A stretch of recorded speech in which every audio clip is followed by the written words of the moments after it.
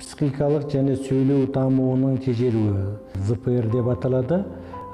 Бұл негізінен алып айтканда баланың уақытында сөйлемеуі психикалык дамуунун өз қатарынан кенже калуунан болатын ауру болып есептелінеді.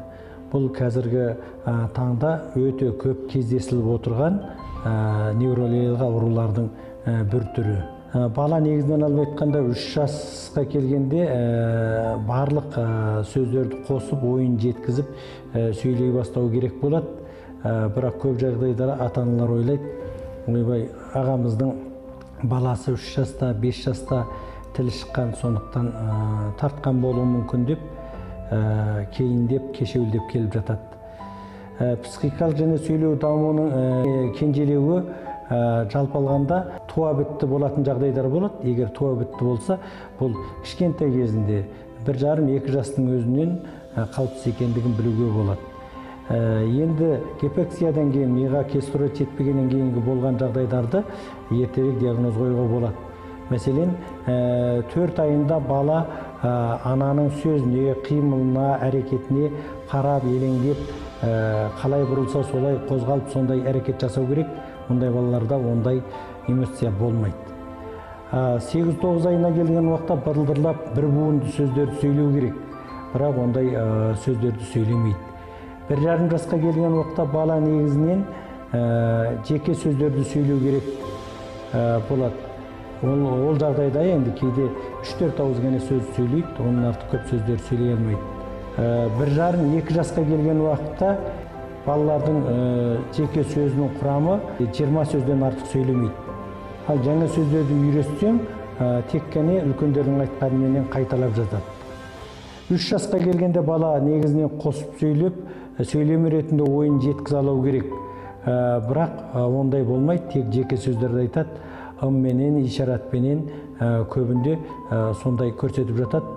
Салыстырмалы түрде 3 жастағы өзіменен қатарлас балаға қарағанда психикалық дамуы кенжелеуін қоғамда туыс-туғандары, ата-анасы өздері де біле бастайды. Мұндай жағдайда міндетті түрде медициналық кеңес алуға невропатологтың кеңесіне жүгіру керек. Бірінші дәрігер жаңағындай психикалық дамуын, сөйлеуін, жүріс-тұрысын, әрекетін барлығын ауру белгілерін сұрайды.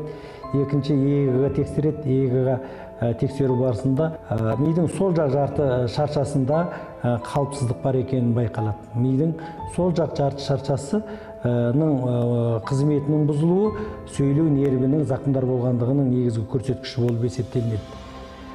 Осымен қатар МРТ КТ-ға түсу арқылы балада гидроспалия бар ма, жоқ кеста бар ма, соның бәрін анықтауға тура келеді. Көп ата-аналар бұл диагнозды өте жай кезінде 7-8 жасында келіп жатады. Ең ерте болғанда 3 жаста диагноз қоюға болады. Мұндай жағдайда емдеу арқылы негізінен бала қалпына келеді. Ал кейбіреулер 5-6 жастарында келеді, оны емдеуге болады. Енді емдеу нәтижесі орташа болады. 7-8 жасында келгенде баланың миы ересектермен бірдей дамып кеткендігі себепті бұны емдеу нәтижесі өте төмен болады.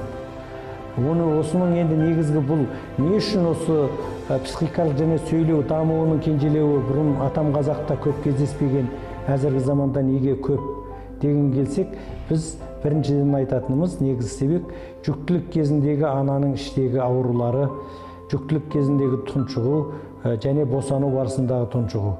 Бұл негізі жақтан медициналық себептер болып есептелінеді. Ал дүниеге келгеннен кейін бұрынғыдай әжелер жоқ, жаңағындай ертегілер айтып беретін, аталар жоқ, баланы атқа мінгестіріп бірге ертегі айтып беріп қыдыртатын. Әзір ата-аналар біріншісі жұмыс басты, өзі жұмысымен кетеді. Не жаңағы балабақташыға тапсырады, ол бір сотканы ұстап отырады, балаға бір жыламаса болды, мазаламаса болды деп бір жан сотканы площадка беріп қояды. Соныменен баланың сөйлеу ортасы жоқ. Сол себептен баланың жаңағындай сау туылған баланың өзін біз қолдан жаңағындай психиканың және сөйлеу дамуының кенжелеуін келтіріп жатырмыз. Сондықтан құрметті ата-аналар, балаларыңызға көңіл бөліп үйгө келгенден кийин электрондук жаңагындай сотка болмаса жаңагындай площадкалар менен айлантырмай баланы түрлүү түстүү жаңагындай оюндар менен балалар менен бирге жумуш жасооларыңыз керек.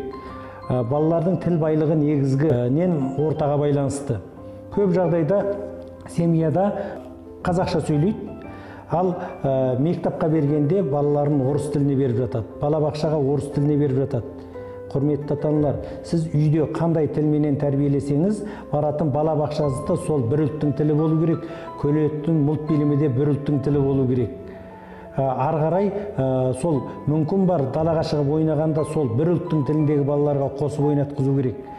Баланың миы 8 жастан кейін тілі толық дамып, ақыл ойы дамып кеткеннен басқа орыс тілі, ағылшын тілін барлығын үйреніп алады. Сол себептен үйде, бала бақшада, әдеттегі қоғамдық ортада бір ұлттың тіліменен баланы тәрбиелеулеріңізге кеңес беремін.